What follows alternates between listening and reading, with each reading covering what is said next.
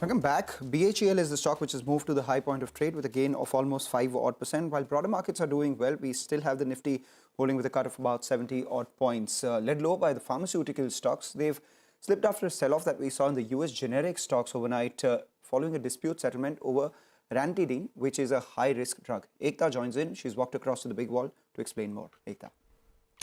Well, yes, it's a down day for frontline Indian generic pharma companies such as Sun Pharma, Dr. Reddy's and Cipla.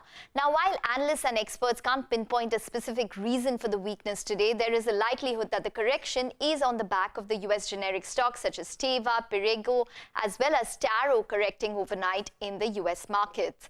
Analysts say the market seemed to have been spooked by a settlement on the popular antacid drug Zantac and Zantac generic, or the chemical name Ranitidine. Remember, the drug was pulled out of the US in 2020 by the US drug regulators on fears that the drug contains a cancer-causing substance, NDMA. Now, the lawsuit was against some of the manufacturers of the branded and generic versions of Zantac by a 79-year-old man, Joseph Bayer, claiming that the drug, which he bought over the counter and consumed, caused his esophageal cancer. The generic pharma companies such as Teva, Perrigo, Sun, Dr. Reddy's made a combined settlement of over $500,000 with Bayer a week before it went to trial.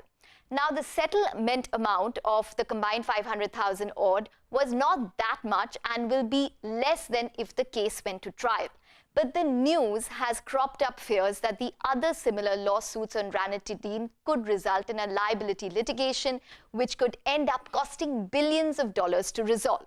Also, while litigations on generic drugs is a normal course of business, the fear is the large number of cases for Ranitidine. Reports indicate there are currently more than 2,000 lawsuits in the US against manufacturers of Ranitidine on allegations of it causing cancer. A US-based brokerage house that wrote on the matter indicated there is substantial uncertainty surrounding the total financial impact of the Zantac litigation. Lastly, the fear is that NDMA has also been found in other drugs in the US, such as sartan drugs, which are used to treat blood pressure, or the extended-release version of commonly used diabetes drug metformin, hence cropping up fears of similar type of litigations on those drugs. Also, the street continues to fear factors such as price pressure and factors such as the US president signing a law to lower prescription drug prices, heightening concerns around the same.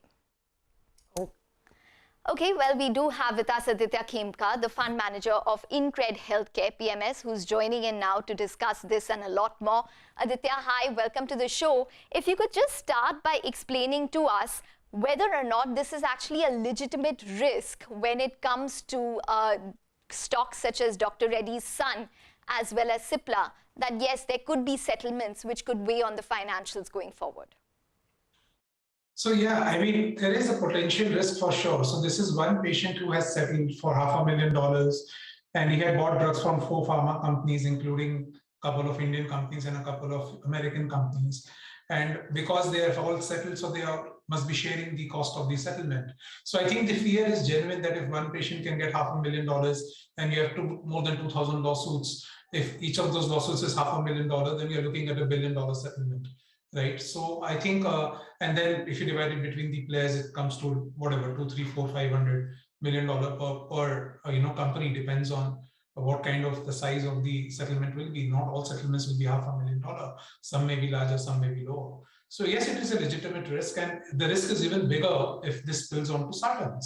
Because sartans, I mean, Ranitidine is a large volume product, but sartan is also an extremely large volume product. So, if similar cases come up in sartans, and then there are claims made, and again, there are settlements. So I think there is merit to say that there is a risk of cash outflow due to these settlements. So this is coming at a time when, in any case, there are other concerns, right, in the US market, whether it's pricing pressure, Biden's law for lower prescription drug prices. So all of this combined, how do you think it could impact the earnings? I mean, will there be a major impact on earnings for Indian pharma companies? So 3 things you said, right? So first is the settlements. So the settlements do impact earnings, but generally the street discounts them as one-off impact, and we don't extrapolate that impact to future earnings. So that ideally should not impact the P&L that much. It can impact the stock price to the extent that there is a one-time cash outflow, but it doesn't have a long-lasting huge impact on the market cap of companies that you discussed. On the second side, you're talking about the Biden law for lower prescription drug prices in the US. That is largely relevant for innovative pharma companies because you have to understand that the US pharma market, 90% by value is branded, but only 10% volume is branded. Whereas, it is 90% volume is generic, but only 10% value is generic. So any law that the US lawmakers pass around pricing in the US is generally to contain the value of the branded portfolio, the innovator portfolio, and not the generic portfolio. Whereas the Indian pharma companies are largely on the generic side. Only a couple of Indian pharma companies have presence on the innovator side in the US market. So therefore, the Biden piece will probably not have any impact at all on the Indian pharma companies' US business. I just wanted to interrupt you because of paucity of time, and I just wanted to ask you that this NDMA issue seems to be cropping up for other drugs as well, say the sartan portfolio, metformin. So there is a risk that this kind of civil lawsuit could continue for those set of drugs as well. So do you think that this is going to be a long drawn affair? This is something where we're going to keep getting news pieces over a period of time and then stocks will continue to react? Something that we've seen in the past with, say, the pricing issue, the generic pricing issue and the settlements there. Yeah, so it's hard to say whether this will happen with other drugs or not, but these things generally, US being a very litigious society, these things keep happening in the US. So I cannot rule out that possibility that it will recur.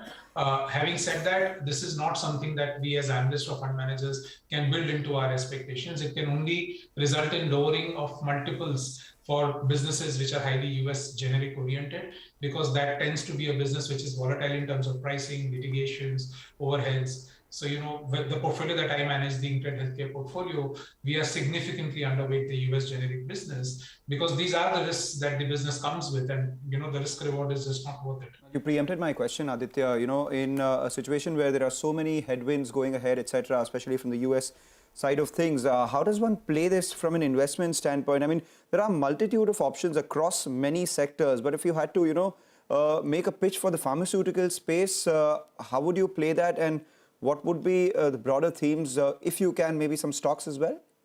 Sure. So you play India. You don't play the US at all. You don't have to. So basically, India is a market where these risks are significantly lower or absolutely absent for that matter. So you play companies which have a majority of their cash flow, profit, and balance sheet engaged in the India business. You play hospitals, you play diagnostics, you play API manufacturing, make in India, China plus one. You play these buckets. So again, the portfolio that I manage, we have 50% of the portfolio in companies that are India oriented. We have 20% of the portfolio in companies that are API chemical manufacturers. We have 20% of the companies which are India hospitals. We have 10% in diagnostics and cash put together.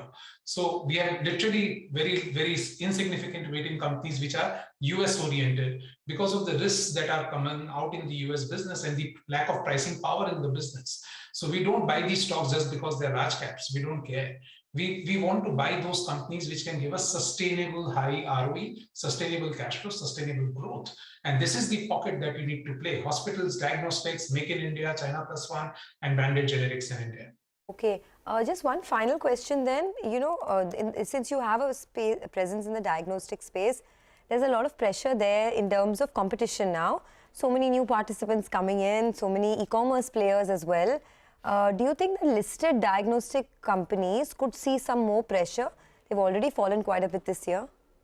Yeah.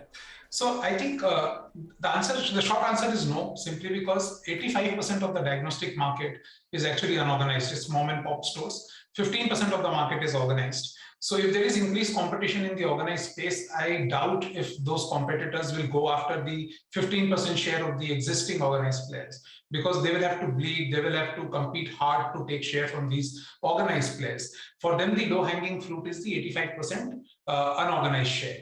So you go after them first. That's the low-hanging fruit. That is the area where you can easily get share at lower customer acquisition cost. So I don't feel the recent reaction of diagnostic stocks is related to competition. It is more related to the subsiding of COVID volumes. So I think because the last year these companies did a lot of COVID tests, and this year those tests are not recurring, the financial performance is not looking optically good. It's looking weak.